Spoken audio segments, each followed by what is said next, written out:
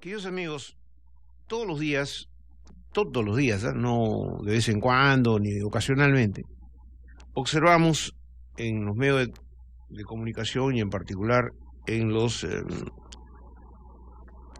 canales de televisión, en la prensa escrita, denuncias muy graves de violencia contra la mujer, pero últimamente hemos visto que mujeres o padres, progenitores, ejercen una tremenda violencia física, moral y psicológica contra sus propios hijos.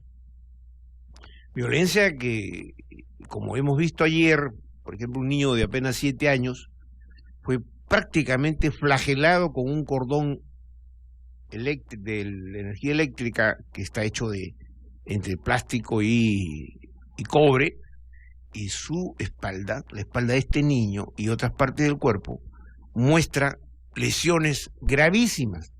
¿Y cómo debe haber sido estas lesiones que 15 días después de haberlas sufrido, este niño continúa con esas huellas? La doctora psiquiatra Julie Caballero se encuentra con nosotros. Ella es profesional médico del Instituto Nacional de Salud Mental Honorio Delgado Hideo Noguchi, que es un centro de salud mental, y le hemos invitado justamente para que nos ayude a comprender cómo es que los padres que traen al mundo a los niños, que se supone deben tener ternura, amor filial y todo lo demás, terminan agrediendo a niños, incluso hasta matándolos, como ha ocurrido con un sujeto que le ha quitado la vida a golpes a un niñito. Pero en fin, vamos a conversar con la doctora. Doctora Caballero, ¿cómo está? Buenos días. ¿Cómo le va? Gracias por la invitación. A ver, doctora, cuéntenos, usted como psiquiatra, ¿qué rasgos en la conducta de estas personas son particularmente visibles como para poder estar alerta de que no son padres precisamente protectores, sino son padres agresores? Así es. Un padre violento, don Alberto, Sí. lo ha aprendido a hacer así desde muy tierna edad, ¿no? Un padre violento lo va a hacer así en todos sus ámbitos, con sus hijos, con su esposa, cuando maneja, Ajá. cuando interactúa con el resto de las personas, Ya. ya va teniendo características y señales de imposición, de autoritarismo, de no tolerar un no, de no tolerar una frustración. O sea, no es una reacción porque tiene, digamos, a un niño que llora, sino porque su conducta es esa, agresiva. Porque su conducta en general frente Bien. a las situaciones donde no puede resolver y donde le generan una impotencia, una frustración, es mediante el grito, el castigo verbal, y lo va a repetir en todos sus ámbitos. Es por eso que en la actualidad, don Alberto, hay muchos estudios donde se muestra que los niños que han sido violentados van a repetir el mismo ciclo cuando son adultos, ¿no? Ajá. Estos padres probablemente de niños han vivido en un ambiente de violencia también y no han aprendido otras maneras de poder corregir, poner límites y demostrar cariño y afecto también para los hijos. Ujú. Ahora, dígame, está claro que este es un producto, este sujeto, esta mujer, este hombre, de estas famosas ya conocidas familias disfuncionales, ¿no? Que se arrastran una tras otra y que de alguna manera también se contaminan con el medio ambiente, el medio en que a veces se vive, ¿no? La promiscuidad, ¿cómo se dice?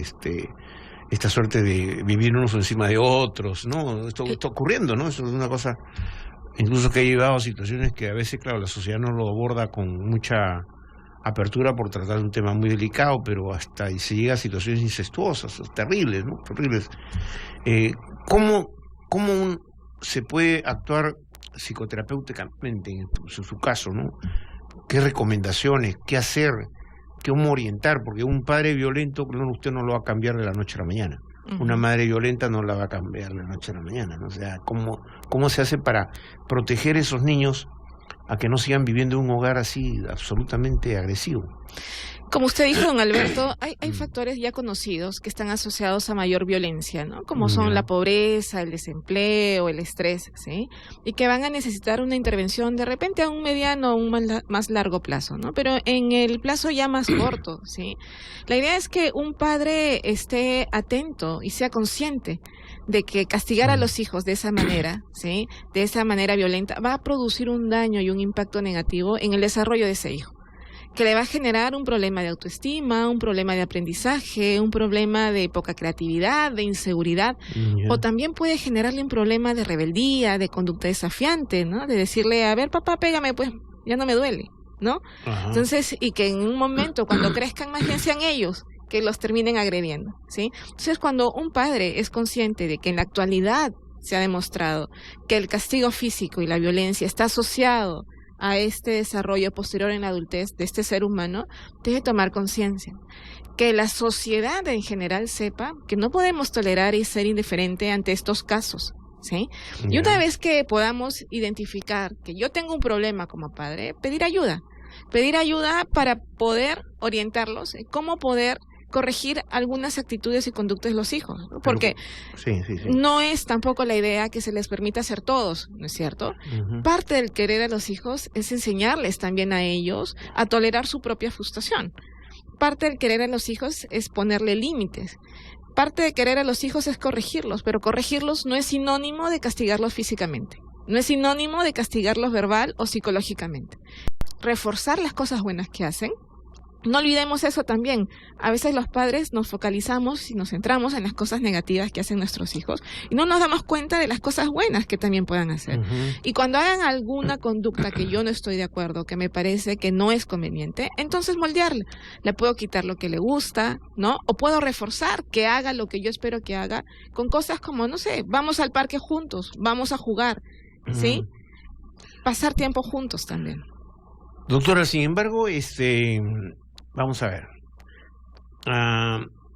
Normalmente una persona que tiene una alteración de su conducta, ¿no? Porque esta es una persona que tiene una conducta irregular, no es una conducta normal. Casi siempre es como el enfermo psiquiátrico, ¿no? Que nunca acepta que esté enfermo. No sé, entonces una persona así, cuando usted dice debe acudir, debe pedir ayuda, ese es cuando esté en una etapa inicial probablemente, o la persona sea consciente que está actuando mal. Pero normalmente ellos ejecutan su acto de violencia y todavía se resisten, porque he visto que la justificación, acabo de leer el diario Ojo, que señala el agresor de este niño, dice, sí, pues se me pasó la mano y oye, ¿cómo no te vas a dar cuenta que le estás pegando a tu hijo? Es decir, ¿no? Y encima ebrio. Este es un problema no tan fácil de solucionar, ¿eh? Para una sociedad tan violenta como la que estamos en este momento viviendo. Efectivamente, es un caso, en general, los casos de una extrema violencia son casos complejos, pero fíjese usted, don Alberto, que hay varias encuestas en donde se pregunta en la población sobre si alguna vez en la vida ha habido algún maltrato dentro de la familia o para con los hijos, y las respuestas afirmativas son altas, o sea, hay prevalencias entre un 60 hasta algún 70% de que en algún momento en la vida de la familia ha habido un momento de violencia. Entonces, no vamos a mandar a este 70% o 60% de padres de familia, ¿no es cierto?, a las cárceles, ¿sí? Yo creo que las leyes son importantes en general para los casos en donde ameriten ir a la cárcel, porque como usted dice, no podemos pasar por alto estos casos y deben tener una consecuencia y deben ir a lo que corresponda, ¿sí? Pero ¿cómo graduar? O sea, la graduación, o sea, ¿cómo yo puedo decir, ok, está bien, este castigo es aceptable? Cuando ya de entrada hay una acción física de represión, o sea, de golpe, eso es inaceptable, ¿no? O sea, yo tengo nietos, ¿eh? Y tengo hijos, y cuando a veces he escuchado que, y lo digo así, porque a veces mis hijas, pues, oye, malcriado, ¿no? Entonces yo salto como un tigre, ¿no? Entonces digo, no, ni lo toques, ya sabes yo cómo reacciono. Entonces, ¿por qué? Porque cuando yo era niño, para contar, ¿por qué mi reacción? A mí me castigaban también. Yo he dejado de ser niño hace, pues, te comprenderá, ¿no? Hace más o menos 50, 60 años. Entonces, el tipo digamos, de disciplina era media oriental, ¿ya? Por mi padre, pero no era no era de agresión física, sino más bien de una metodología en la que como que yo pasaba indiferente si es que me portaba mal, ¿no? Una cosa así. Sin embargo, me generaba también un espíritu de rebeldía, porque cuando yo quería hablar, no me contestaban, ¿no? Entonces yo reaccionaba mal también. Entonces, ¿dónde va la graduación? A eso voy. ¿Dónde uno puede graduar la conducta del niño frente al progenitor que cree que está actuando bien, sancionando al niño de alguna u otra manera? O esto que le dicen, ya no, tienes televisor hoy día. No, es una reacción. No te vas a ver televisión. Y el niño quiere ver su serie. Entonces le genera un estado de rebelión, pues es natural o me estoy equivocando, no sé. Al inicio, en general, cuando uno le quita algo que le gusta mucho a un niño, va a generar un estado de resistencia, ¿sí? Por eso es que es importante que los padres fomentemos el diálogo y la comunicación con los hijos desde pequeños, y tengamos claro, ¿no?, qué es lo que yo espero de mi hijo, y que el hijo también sepa cuáles van a ser las consecuencias si no pasa, ¿no? Es decir, si no has hecho tus tareas, entonces no vas a ver televisión, ¿sí? Y si no las hace, pues no hay televisión. Por más que se moleste, por más que se frustre, es más, ese niño tiene que aprender a frustrarse, porque no todo en la vida nos va a caer del cielo. Estamos hablando de niños entre 0, vamos a decir, para que digamos un niñito más o menos capte la cosa, tiene que pasar 2 añitos, ¿no? Para que capte más o menos la situación. Sí, porque de 0 a 2 años no va a tener esa capacidad. Obviamente, ahí al niño hay una señora que le ha sacado la mugre a su hijo de un añito, como que le va a entender, agarraba cachetadas y no sé, eso es absurdo, ¿no? O sea, es pero digo, y después hay la otra edad, que es mucho más complicada, que entre las 4 o 5 añitos, ¿no? Que son un chiquito mucho más. Tengo un nietecito, por ejemplo, que cada vez que él se da cuenta que ha hecho algo mal y que uno le llama la atención, inmediatamente a mí me dice así, ¿no? Vete, abuelo, vete, ¿no? O sea, ¿de dónde sacó esa palabra? No lo sé, pero me dice a mí, vete, abuelo. Le digo, suavecito, regreso con un chupetito, un caramelito, ¿no? ¿Por qué me dice que me vaya? Yo estoy enfermo, ¿no? Yo no me puedo ir. Le hablo así, ¿eh? Entonces, mi Lorencito inmediatamente reacciona y me da un beso. Me da un beso en la mano, así chiquitito, ¿eh? Tiene casi 3 añitos. Pero uno va cultivando, ¿no? A su reacción, pienso yo.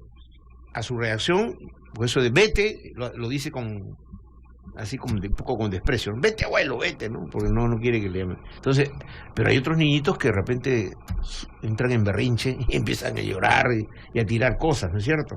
¿Cómo actuar ahí? Eso, lo que les pido es esa recomendación para estos padres que a veces pierden la paciencia, ¿no? Ese es el tema. Pero los padres tenemos que tener en cuenta en todo momento que como padres y adultos que somos debemos mostrarnos maduros y no perder la paciencia ni perder el control de la situación, si no nos vamos a poner en el rol de los hijos y no es así. Entonces eso es importante aún cuando sea difícil. Los niños a la edad de preescolar, 4 o 5 años o escolar, a partir de los 6 un poquito más, pueden ya entender mejor. Sin embargo, cuando se frustran, hacen las famosas pataletas. Y en esos momentos necesitan de un tiempo y un espacio para que se puedan controlar. Entonces, si en ese momento me está haciendo una pataleta, yo puedo dejarlo un tiempo prudente, no lo voy a dejar horas, ¿sí? Hasta que se calme. Se tranquiliza y me aproximo nuevamente a conversar con él. Lo mismo que usted hace, ¿no? ¿Qué pasa? ¿No? Me ha molestado, me ha incomodado esto, yo te dije esto, y el niño también le puede decir, ¿no? Sí, pero tú también haces lo mismo, pasa, ¿no? Entonces, como papá también tengo que reconocer si yo me estoy equivocando, porque una de las cosas básicas para con los hijos es que yo tengo que predicar con el ejemplo. Claro, y hay otra cosa, doctora, que es que no es digamos, salvo que sea una familia con un solo hijo, pero normalmente las familias peruanas tienen 3, 4, 5. Yo mismo he tenido 6 hijos. Mi señora es hija de 9, con 9 hermanos. Familia numerosa, pero en fin. Ahora son también numerosos y la conflictividad es mayor. ¿Por qué? Porque hay niños, por ejemplo, que reaccionan mal cuando ven y creen que la madre o el padre tiene un privilegio en torno a otro niño. Sí, ese es otro gran problema también, ¿no? Y eso genera comportamientos no sé cómo se le denominará de los niños, ¿no? Yo le llamo berrinche, qué sé yo, no sé, reacciones de carácter de su conducta, ¿no? Porque sienten privilegio al otro, o que privilegian al otro y no a él.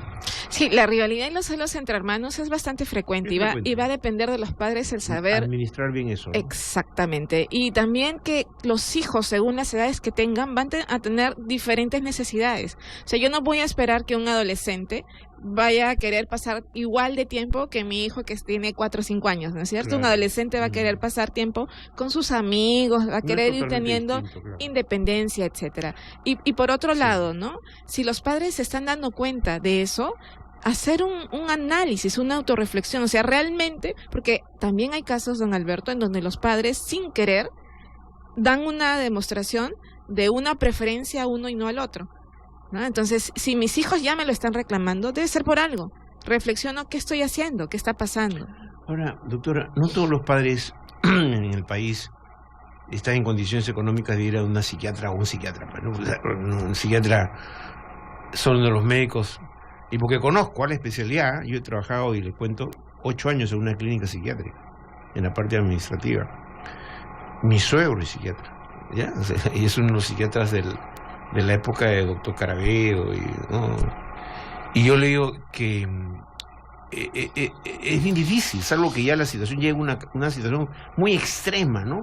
De conducta o de problema psiquiátrico o problema psicológico, que uno va ya obligado por las circunstancias, pero normalmente no va. Entonces, ¿cómo se hace? La comunidad, el Estado debería de crear algunos núcleos en las municipalidades para que familias disfuncionales vayan los sábados, por ejemplo. Eso se me ocurre, ¿no? Vayan los sábados a una entrevista con un psiquiatra como usted, una psiquiatra, un psicólogo, para que promuevan, incluso eso promueve también la no violencia. ¿O no me equivoco? No, estamos de acuerdo, don Alberto. Qué bueno que me haga esta pregunta para aprovechar e informar a las personas que los psiquiatras no vemos solo los casos de locura. Muchas veces las personas piensan que el psiquiatra es cuando uno ya está en el extremo, y no es así. La gran mayoría de los chicos que nosotros recibimos en el instituto tienen problemas emocionales, tienen problemas ansiosos, depresivos, que no problemas de conducta, y que no necesariamente, o que también lo puede ver. La salud mental, don Alberto, es parte de la salud integral de una persona. Que dicho sea de paso, en nuestro país estamos muy mal en salud mental.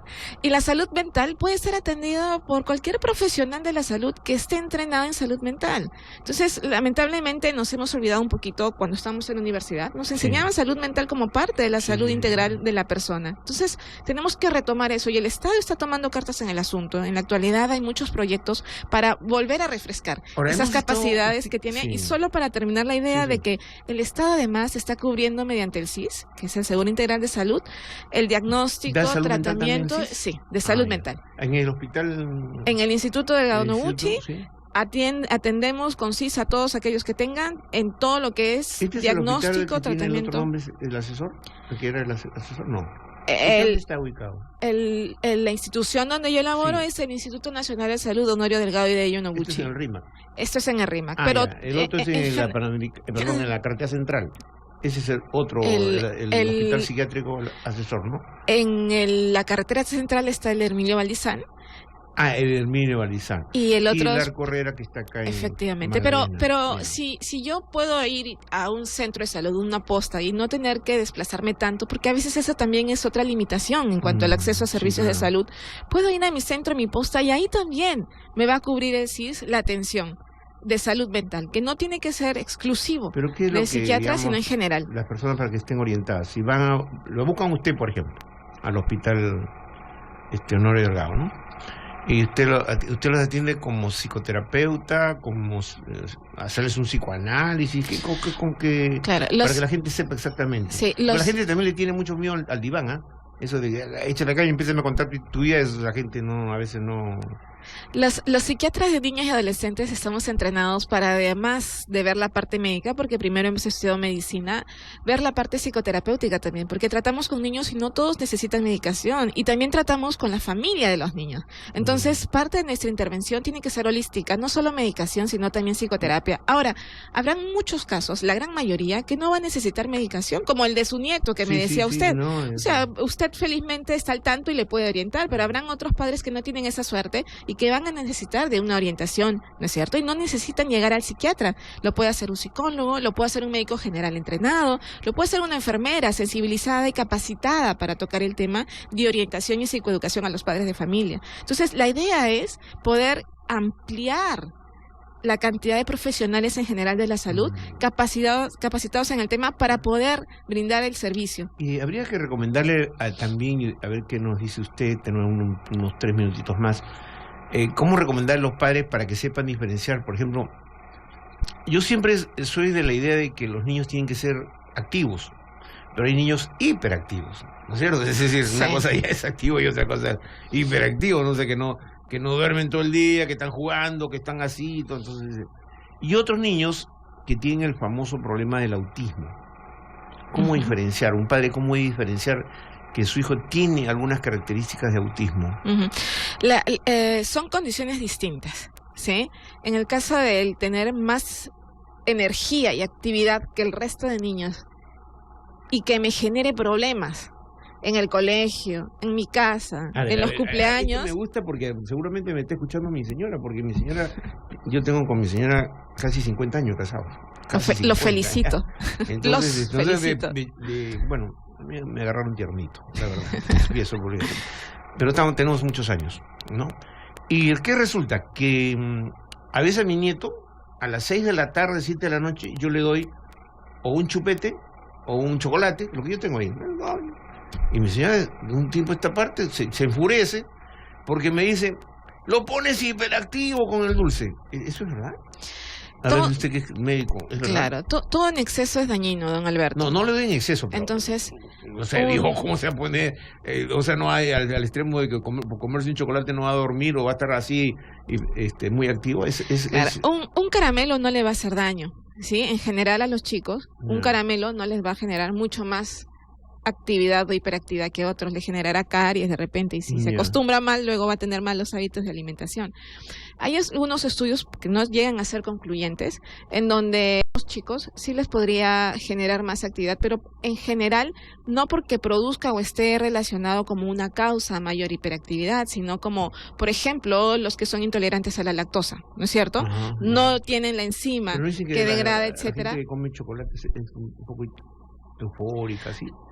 No está probado eso. Que sea eufórica no, pero sí que el chocolate te active, porque tiene algunas sustancias que pueden activar, pero no que te van a volver eufórico o hiperactivo. No hay chocolate depresivo, digamos. Tampoco, no es cierto, claro. No es cierto. Entonces no confundir, yo creo que en el caso de los chicos, sí, hay que enseñarles a comer sano desde temprana edad. Eso también es algo importante y fundamental.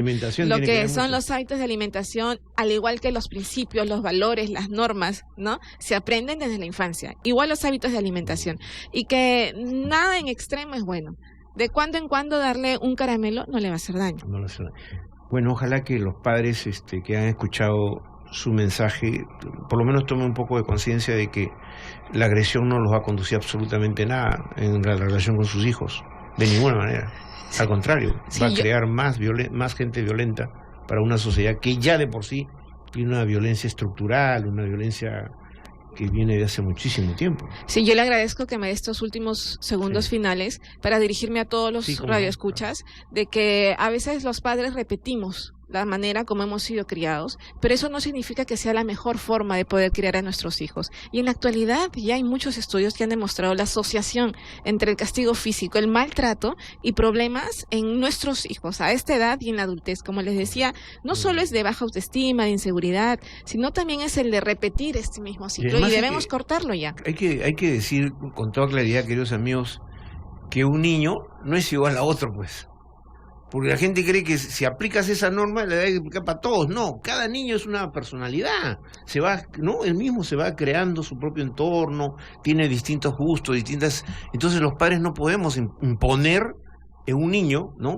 Por ejemplo, yo recuerdo, y lo confieso, yo tenía una cosa así un poco en mi relación con mi madre, porque yo hasta los 14 años fui al colegio con pantalón corto. Se puede imaginar.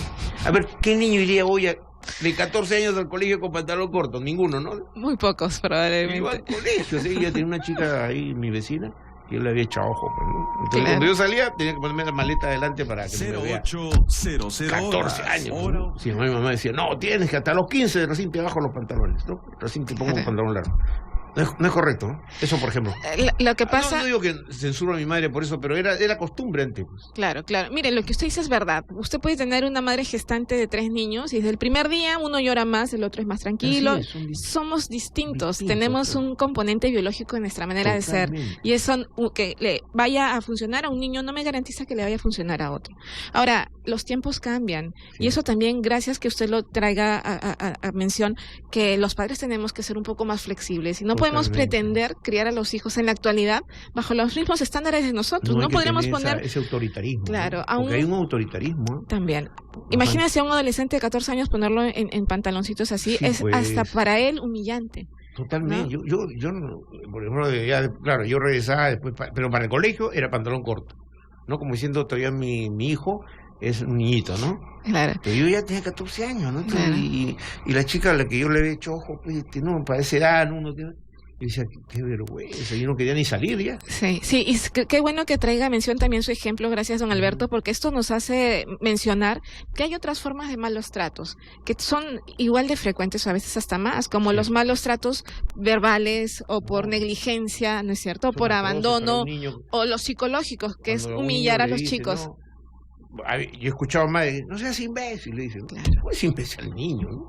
Entonces el niño ya capta eso y ya su rechazo es inmediato. Y lo va interiorizando, Lo va interiorizando, y se va y su- etiquetando para Claro. luego más adelante como Yo me soy un pasaría con imbécil. usted 18 horas seguidas conversando sobre este tema porque es un tema de gran interés en la colectividad porque, queridos amigos, tenemos una sociedad llena de ansiedad, una sociedad con la salud mental bien precaria y no hay muchos psiquiatras, no hay muchos psicólogos, entonces hay que tratar en lo posible de ver los mejores mecanismos para que a través de estos consejos usted pueda tener una mejor conducta, una relación mucho más filial, mucho más menos agresiva, menos censurable, no le censure todo al niño porque los niños nacen precisamente bajo ese concepto de libertad, ¿no? O sea, quieren caminar, ¿no? Entonces eso de restringirlos y de agredirlos de la manera como estamos viendo últimamente, la verdad que eso es muy, pero muy preocupante.